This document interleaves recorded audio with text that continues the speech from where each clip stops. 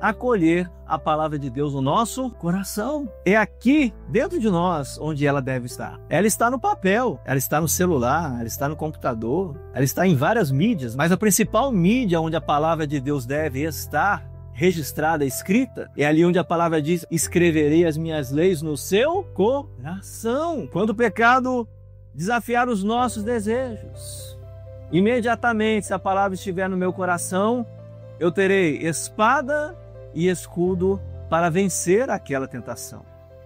Porque nós vencemos a tentação pela palavra de Deus. Porque a santificação está diretamente ligada ao entendimento da palavra de Deus. Nós decidimos fazer ou não fazer algo porque nós entendemos pela palavra de Deus que a vontade de Deus diz sim ou que a vontade de Deus diz não. E se a santificação é um processo de mudança, o ensino, o aprendizado da palavra também é um processo. E nós, irmãos, precisamos reconhecer Deus como fonte de toda sabedoria. Nós precisamos ter o Senhor como nosso mestre pessoal. Ele é o nosso mestre. Ele é o nosso mestre por excelência, o nosso divino mestre, o nosso supremo mestre. E quem são os discípulos? Todos aqueles que aprendem aos pés do Senhor. E diz: Senhor, desvenda, revela, tira o que está vendando os meus olhos, para que eu possa enxergar as maravilhas da tua lei. Isso aqui não é tinta no papel, não. Isso aqui tem vida. A Bíblia é um livro vivo. Ela é a palavra de Deus. Por isso ela é diferente de qualquer outra literatura, irmãos. Nenhuma literatura transforma um ser humano ao ponto de ele ter conhecimento e mudança de caráter para adentrar a eternidade com Deus, para entrar no reino de Deus, para viver a vida eterna. Somente a Bíblia Sagrada, porque ela é palavra de Deus. Mas os discípulos se aproximaram e ele passou a ensiná-los, dizendo: bem-aventurados. E ele segue ali, inicia os seus ensinamentos no Sermão do Monte. Essa é uma oração que Deus quer que nós façamos. Senhor, ensina-me os teus preceitos, a tua lei, a tua vontade, os teus estatutos. Há aqui um pedido, uma oração para desvendar, para descobrir, revelar o que está oculto aos olhos do salmista. Necessitamos de percepção espiritual. Precisamos das verdades profundas, verdades essas que nós não encontramos na leitura superficial da Bíblia. Nós devemos ler a Bíblia, sim, devemos. Mas nós precisamos estudar a Bíblia. Nós precisamos nos aprofundar para que possamos adquirir percepção, discernimento espiritual, como ele pede aqui: desvenda os meus olhos. Quando seu coração estiver angustiado, vai orar. Tenho certeza que você vai melhorar. Pega a palavra de Deus e leia em voz alta. Leia esse versículo: o que me consola na minha angústia é isto, que a tua palavra me vivifica. Quando a Bíblia fala que os nossos caminhos precisam ser retos, está falando da nossa maneira de viver. Caminhar significa viver. Nós precisamos da oração, da meditação na palavra, da comunhão, da vida eclesiástica, para que essas coisas nos conduzam à eternidade nos caminhos do Senhor.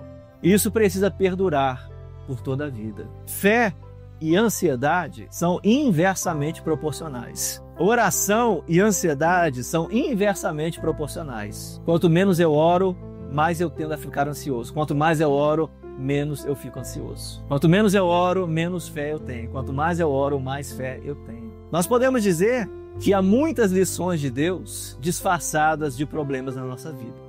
Podemos dizer que há muitas bênçãos espirituais de Deus para nós que vêm embrulhadas de tribulações.